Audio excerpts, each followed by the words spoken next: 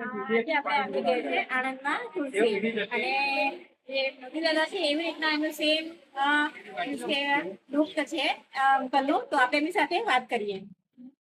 નમસ્તે. નમસ્તે અંકલ.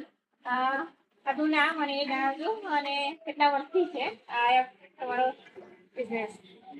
મારું નામ અનિલભાઈ ઠક્કર. પ્રોપર ગામ મારું જુનાગઢ.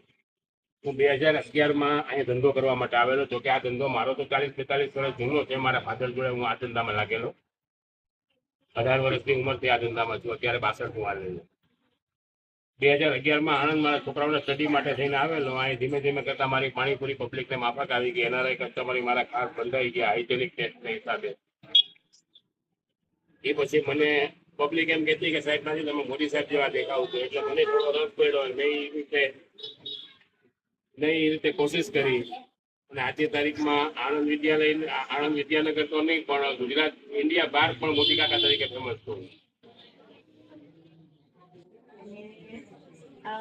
મારી ચેનલ દાસ છે અને અમને ખૂબ બહારથી જાણવા મળ્યું કે અહીંયા આગળ આ રીતે છે. તો અમે એટલે સ્પેશિયલ અહીંયા આગળ પાણીપુરી ખાવા માટે આવ્યા હતા અને ખૂબ સરસ ટેસ્ટ છે. અને ગુજરાતની જનતા અને બહારથી બી કોઈ પણ આવે તો જરૂરથી આવજો અને ખૂબ સરસ ટેસ્ટ છે. એકવાર જરૂરથી મુલાકાત લેજો. જય સિયારામ.